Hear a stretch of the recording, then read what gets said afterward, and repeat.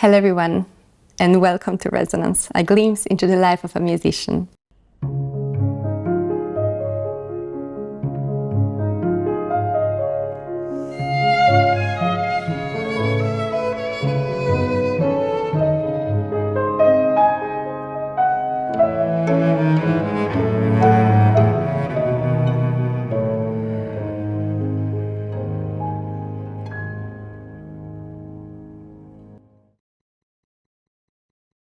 Hello everyone, and welcome to Resonance, a glimpse into the life of a musician. Today I am in a beautiful living room in Roma with a very, very special artist, person, incredible musician, Beatrice Rana. Grazie, Giulia. Thank you so much for being here. Yeah, thank you for having me. Well, today I would love to discuss with you a specific theme that is actually very, very important in classical music. Whenever I had the chance to talk with people that didn't know classical music, the honest reaction was, you play an instrument, you're a musician, you travel, you just go and play and visit whatever you want during the year, during every day. But actually it's not like this, because to explain to people that we have to practice so much to not even just reach that level, but maintain it, it's so hard. So I would love to ask you, what does it mean exactly to be professional in music? And what does it mean to be a professional musician in general? I think you're completely right. The problem is that being a musician is the union of so many aspects. Of course, there is the musical aspect that has so much to do with art, but then there is the interpretation process, which has very much to do with the intellectual approach to the profession, and then there is the real profession, which probably has a bit less to do with the art, but which is equally important. And the professional part, I would compare this part more with an athlete than with an intellectual person, because to be a musician means to master the instrument and to master your body with the instrument. And in order to be able to do that in a nice way on stage, this of course requires so many hours of practice, of mental discipline, and of, it's I always say that to be a musician is not a profession, but is a lifestyle. And the lifestyle, it's very easy for people to understand the lifestyle of tennis player, for example. They know that tennis player need to exercise and to practice and to to go and just spend some hours with the sport, but it's not equally clear for a musician to do so. And in fact it is very important, because the instrument is not just the piano as it is for me or the violin for you, but it's our body. And to master such small details that are in the body in relationship with the instrument takes so much time. And I think this is really part of the profession of being a musician. Another aspect that is quite important to know is that every performance is different. So the feeling on that specific stage is going to be different than, for example, another stage, another city. Or even if it happens to play twice on the same stage in different days, you're not going to feel the same. And you're not going to take the same risks. So I would love to ask you, what does it mean to risk for you? And mostly, are you afraid of mistakes? Well, I should say no, but I would be a liar because I think that everyone is afraid to make mistakes, especially when your profession is made in front of an audience, in front of a public. And therefore, there is actually people that are not just listening to you, but judging what you're doing. So this is part of of it. And I think it's very important to understand that as soon as possible. But if I think that judgment is not only a negative thing, it can be also a positive thing, I think what's very important, at least for me in my life, I understood that the worst enemy for me on stage is expectations.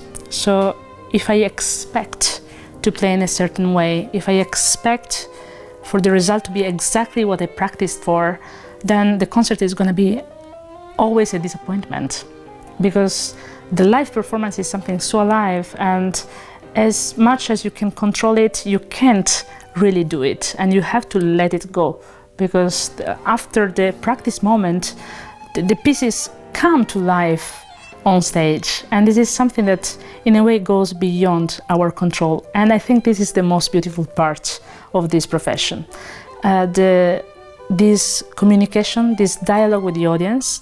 And you're right, it's very tricky, because for example, I just did some subscriptions weeks with orchestras, and that means to play the same pieces for the same city in the same acoustic for 2-3 nights in a row.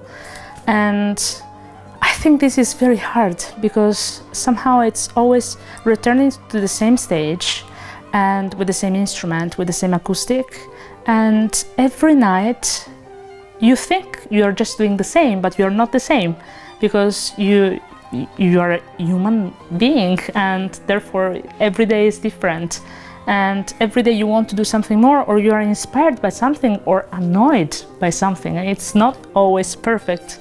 And I think that in this dimension the word risk is essential, because you have to put the limit every day a step beyond. And I think that the main limit is ourselves, because the real thing of playing in front of an audience is not to be with the audience, but is to be with yourself.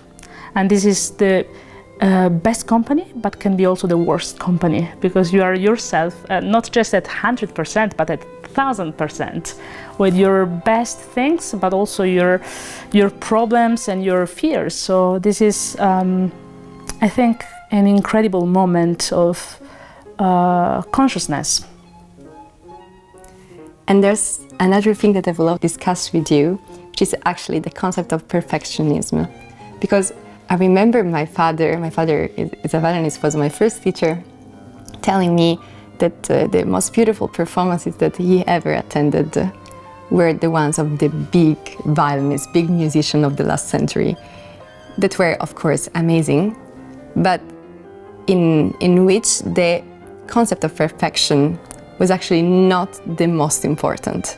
There were other values, let's say.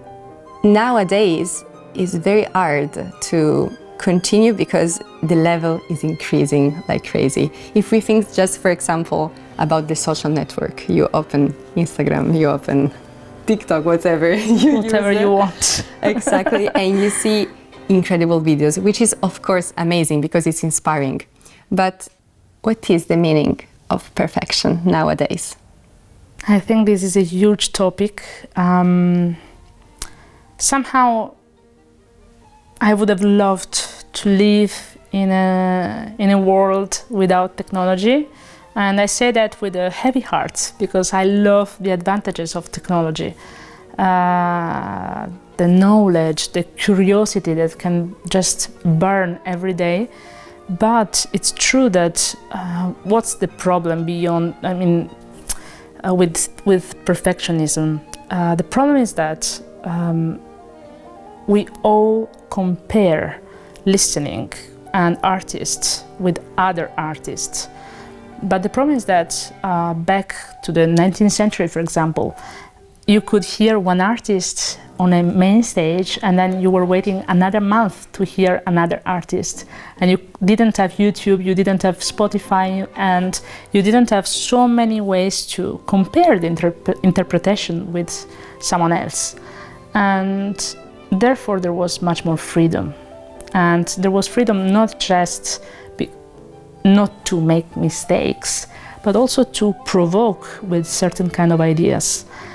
And now the judgment is just next door, because you never know if the concert is recorded by a smartphone, and then the smartphone it's an incredible tool, but it has a not very refined ear, and therefore what you have practiced for so long, that becomes in such a restricted frequencies and quality of sound. So I think it's very controversial. And of course the recording industry has changed everything, because all the perfectionism in the recording process makes also life much harder, because then you record an album and then you're playing the same, and people expect you to play exactly as you did in the recording, but it's two different kind of art forms. So it's hard to talk about that. Of course, we always grow up with this sentence, practice makes perfect, and that's what we always do. But at the same time, there is another sentence that I love very much. That is, what's the signal when you are crazy? To repeat over and over the same gestures, hoping for different results, and that's also what we do when we practice. So I think it's a little bit, it's to find a compromise, and then. What is perfectionism really? Because I think that to go to a concert when everything is perfect doesn't necessarily mean that this is a great concert. Sometimes it can be the most boring concert because everything is predictable. And I think that one of the main things about humanity is not to be predictable. And people go to concert halls because they want to be surprised, they want to be shocked. And that's why art is different from entertainment. Entertainment is something reassuring, and art is something more, not so comfortable. Well, thank you very much for sharing all this to Resonance, to the listeners of Resonance. It was really, really important for us to talk with you. And it's nice for me to share some of the thoughts on stage. It's always difficult, I think, to talk about music and being a musician, but it's also nice to share that with people. Thank you so much, Beatrice, for being with us. It was great to discuss with you this important topic. And thank you for listening again to Resonance. See you at the next episode.